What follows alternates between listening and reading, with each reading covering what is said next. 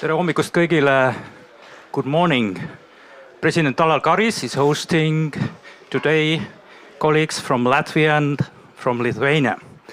It has been a great, exciting morning, and we start the press conference. First, we deliver short press statements. President Karis will start. Thank you. Dear journalists, dear friends, Edgars, Gitanas. I would like to start by saying that we very highly value our excellent cooperation with our closest neighbors. It is a true pleasure to greet in Tallinn my colleagues and friends, Edgars Rinkēvičs and Gitanas Nausėda.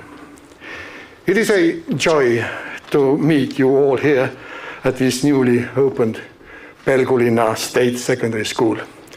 School which is a great example of a combination of environmentally oriented architecture and the high ambition to provide the best education possible for the future decision makers. Youth is our future, and we decided not just to state, but to come here and meet the students, to keep them involved in finding solutions to our challenges. We just had a very interesting hour. We offered a very lively debate.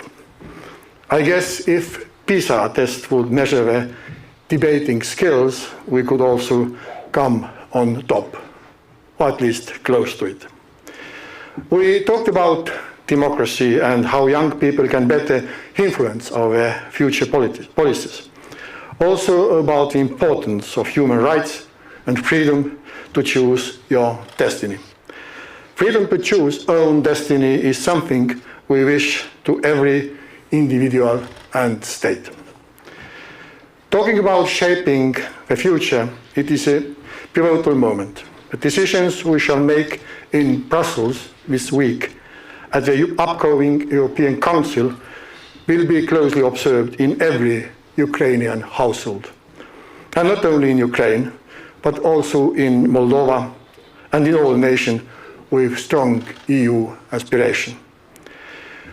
Together, we are hoping to move forward in fulfilling the European dream. Decisions we shall make will send a global signal.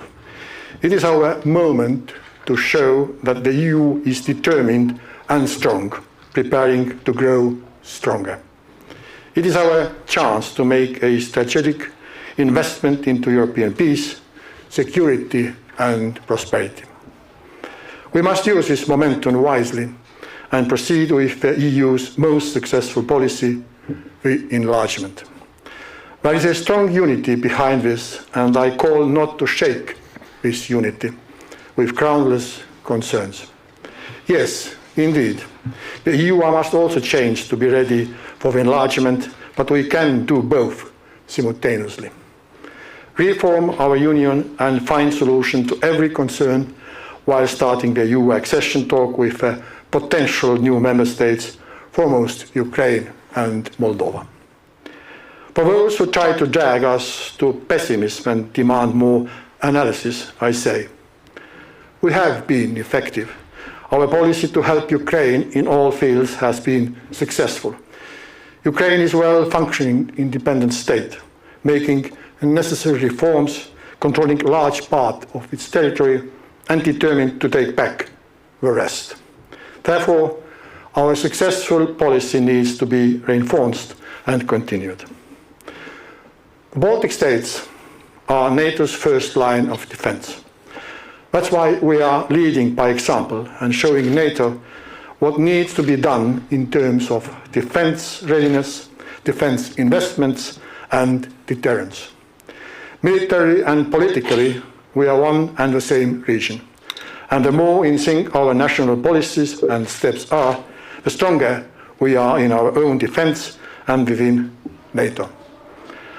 I have assured my colleagues today that Estonia stands ready to help our neighbors in solidarity during all possible crises, be it border security, undersea infrastructure, or an even military threat. Estonia has been leading the Baltic cooperation, and today's meeting marks the end of our many meetings during this year. I would like to express my gratitude to all our colleagues and at different levels to push our cooperation forward in all fields. Very close to my heart has been always the infrastructure connections, Rail Baltica, but also common electricity grid. From here we shall all proceed to a working lunch where I plan to cover the most critical challenges facing our three nations today. But we always look forward to the future, as we are well aware that if we plan things together, we achieve more. It has proven to be so in our defense cooperation, border protection, and other fields. I wish strength and best of luck to Lithuania as the chair of Baltic cooperation in 2024. Thank you very much. Thank you, Mr. President. Your Excellency, President Edgars Rinkēvičs. Well, thank you very much. First of all, thank you very much, Alar, for hospitality, and I also want to commend the Estonian presidency of the Council of the Baltic ministers as well as the Baltic Assembly. I think that you have done extremely good job moving some of the priorities that we all have forward. And indeed, we see that we are moving with the common energy policy. The next year is going to be critical when it comes to the all works that are needed to be done to disconnect from the BREL, from the Russian electricity network, and to connect in the beginning of 2025 to the European grid. We also see that we need to push and we need to work so that the Baltic network becomes a success story, not only to connect our countries with Europe, but also to ensure military mobility in those also times of geopolitical uncertainty. We discussed, and we are going to discuss over the lunch, as President just said, what we can do further politically, militarily, and also from the economic point of view to support Ukraine. This is going to be a critical phase for Ukraine as well as for all of us when it comes to decisions that are going to be taken in Washington vis-à-vis the military aid, in Brussels vis-à-vis financial aid, and of course also the decision that I very much hope is going to be taken to open accession talks with Ukraine and Moldova in the coming European Council. I think that we are all of the same opinion that the West, the European Union, NATO, like-minded nations should do more. Even if there is some kind of uncertainty, there are some voices now saying that we should rethink our strategy. I do believe that our strategy is sound and we must continue it, support for Ukraine as much as we can, and I think that the Baltic states, like-minded nations in Europe, will continue doing that also in the future. Finally, of course, the regional security is of paramount importance to all of us. I'm very pleased to see that those decisions taken by heads of state and government of NATO in Vilnius and also in Madrid are being implemented. We still have a lot of homeworks. We are ready to do that. I think that we see that our defense budgets are increasing steadily. Latvian Parliament just voted the 2024 budget last Saturday, outlining also 2.4% of GDP for defense. The goal is to reach 3% spending in 2027. But what is important is, of course, that we continue spending those resources in a coordinated way, strengthening our air defense capabilities, our coast defense capabilities, and also ability to tackle both hybrid and also conventional military threats.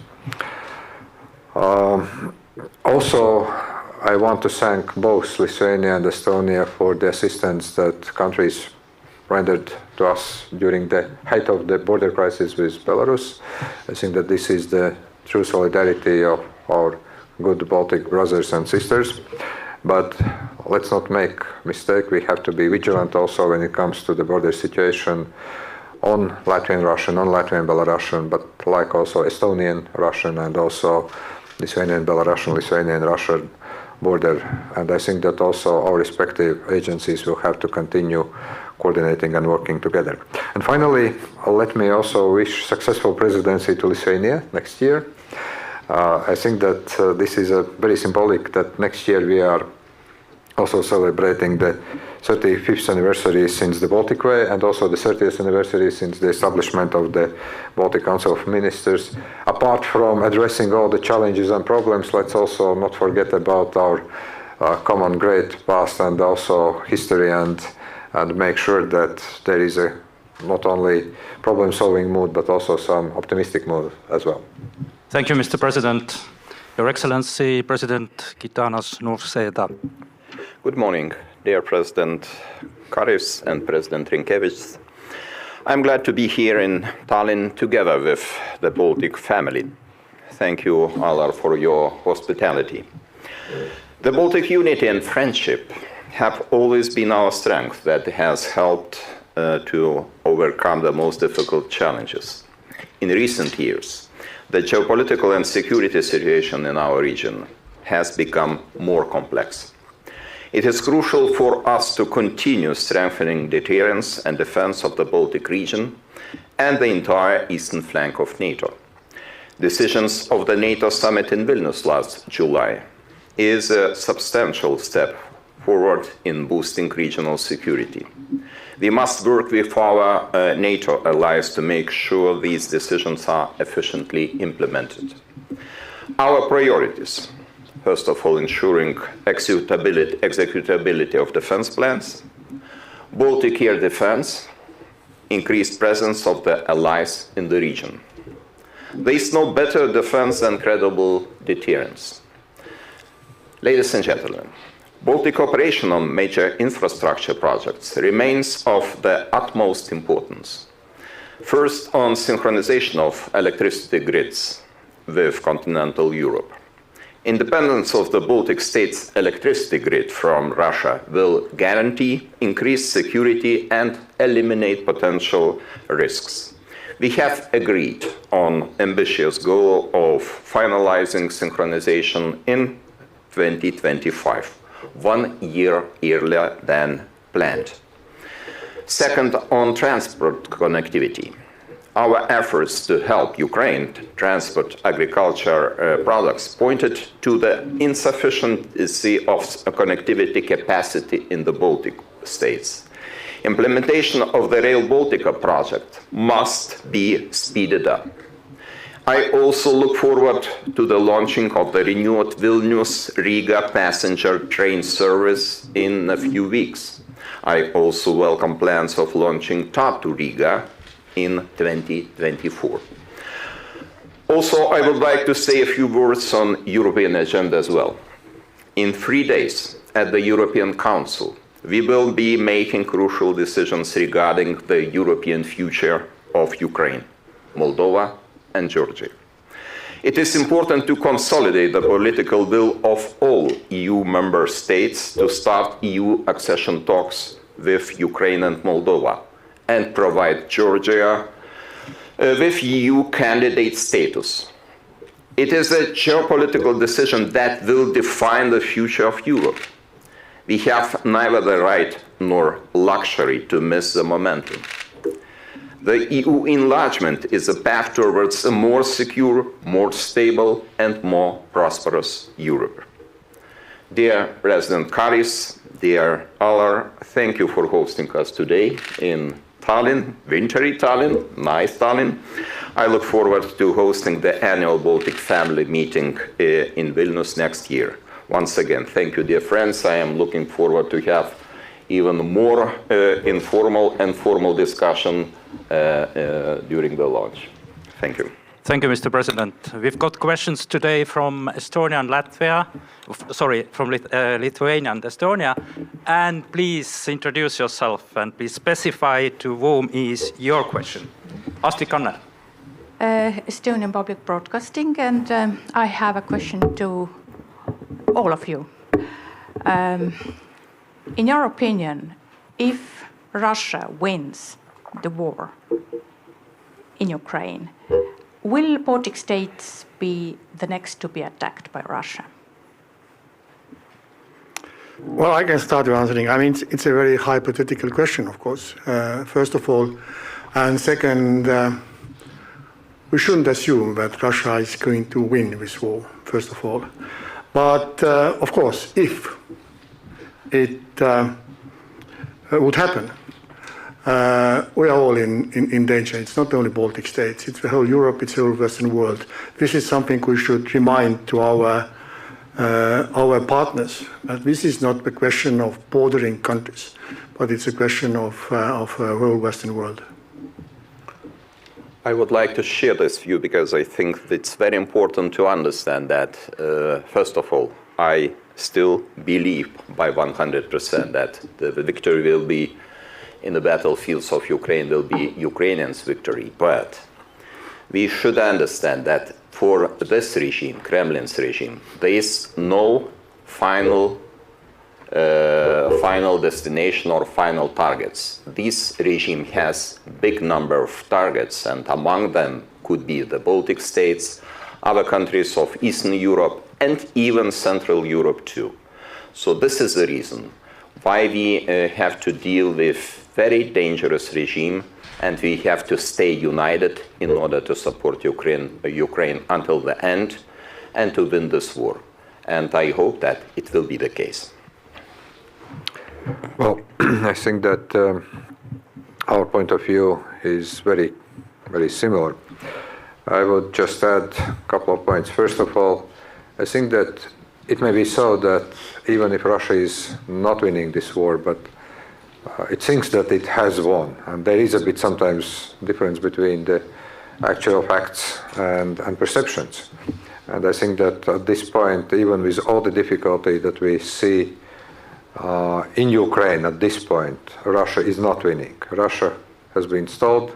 Russia is having a lot of challenges, but let's not make mistake. Russia is also learning from previous mistakes, mobilizing its economy, mobilizing its resources, and also having this long-term strategy that they will continue fighting as long as it takes, and they are hoping that we all get tired, that the public opinion in many Western countries is going to change. So that's one thing that we should take into account. This is long-term war. This is unfortunately a war that is not going to end in a month or in a even year. And that is something that I am saying to all my colleagues from different NATO and EU countries, that we need to be prepared. And I have the feeling that in many countries this realization is slowly starting to sink in.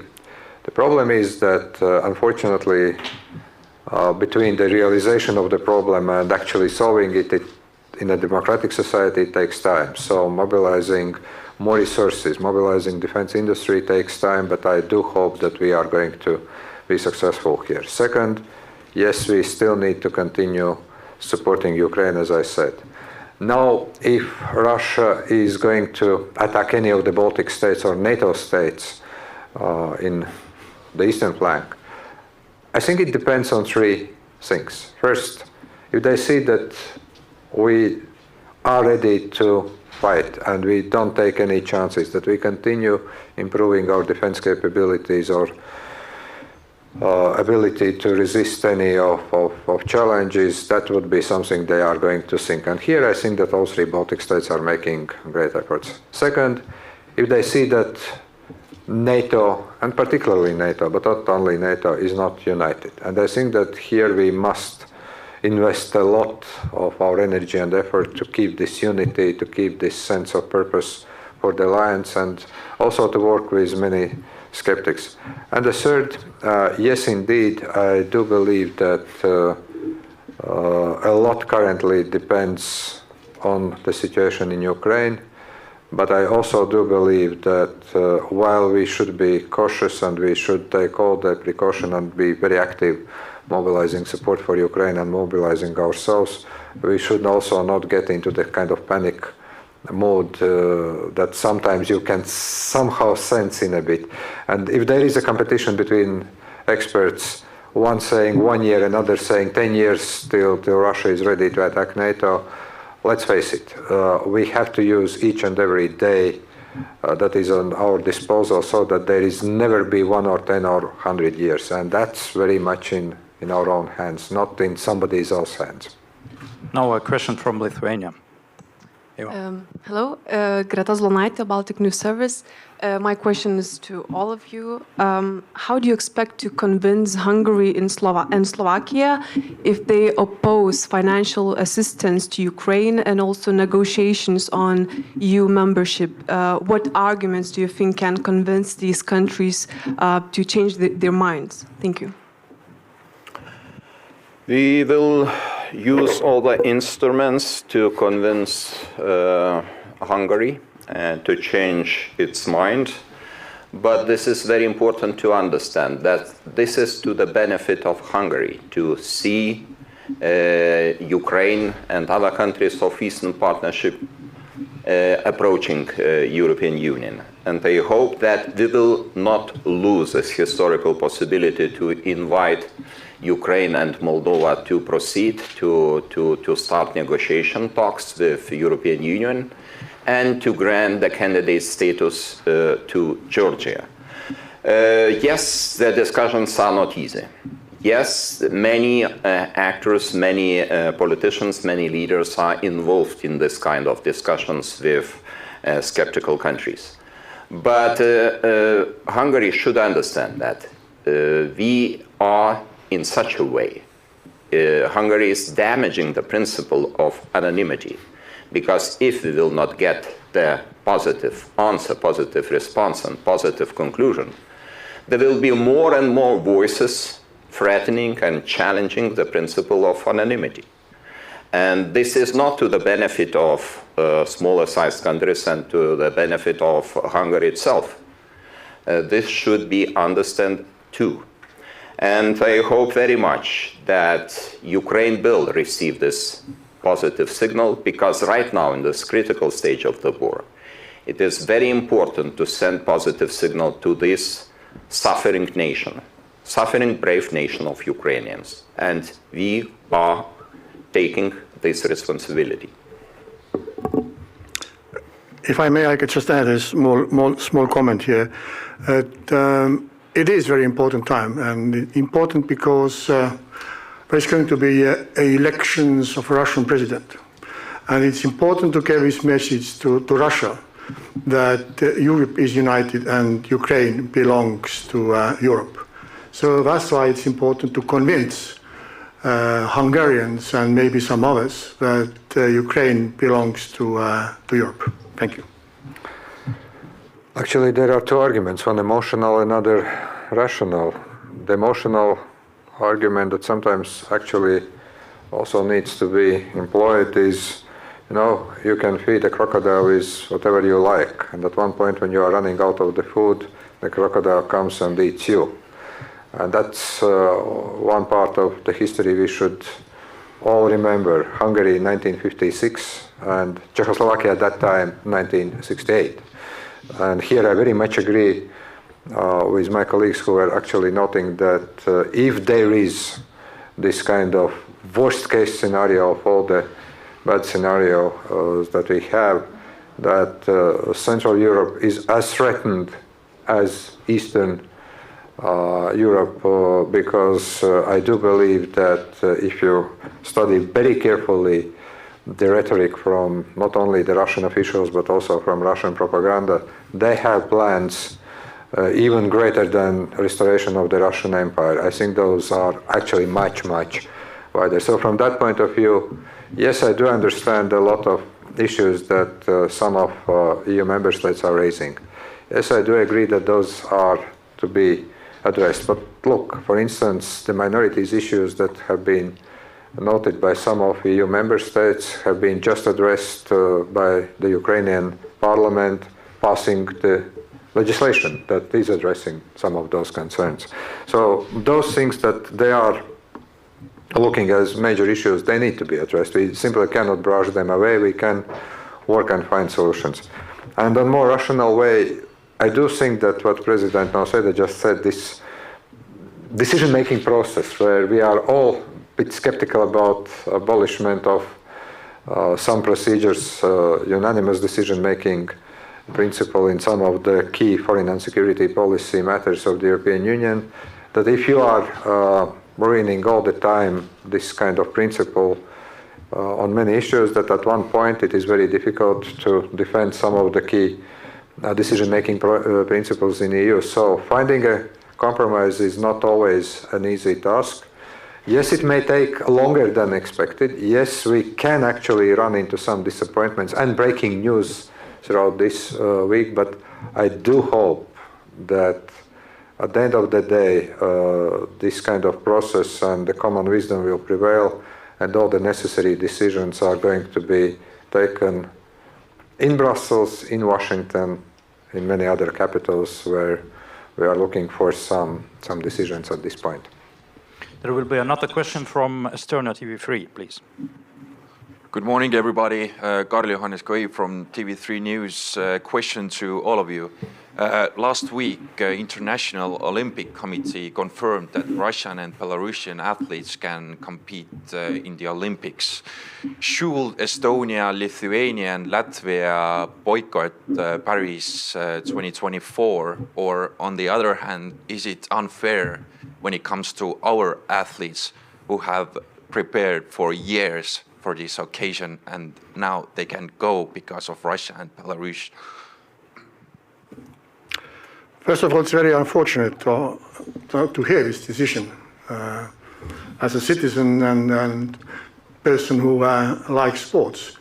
But we are talking about, at this very moment, about 10 or so sportsmen, and they are not going to fight under the Russian flag at this very moment. So let's see how this procedure is going, because there are also subcommittees who are not happy with this decision, and let's wait. But it's a very unfortunate decision.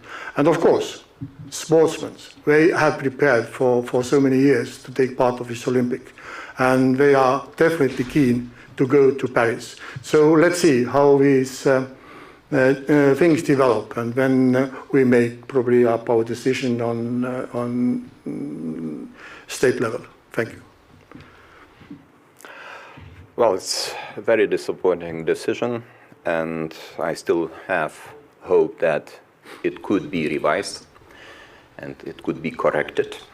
We already see the reactions coming from different kind of federations, for example, light athletes. And I think that Olympic principles have nothing to do with terror, murder, and destruction. So it's highly discouraging to see such decisions right now, as I mentioned, in the critical stage of the war in Ukraine.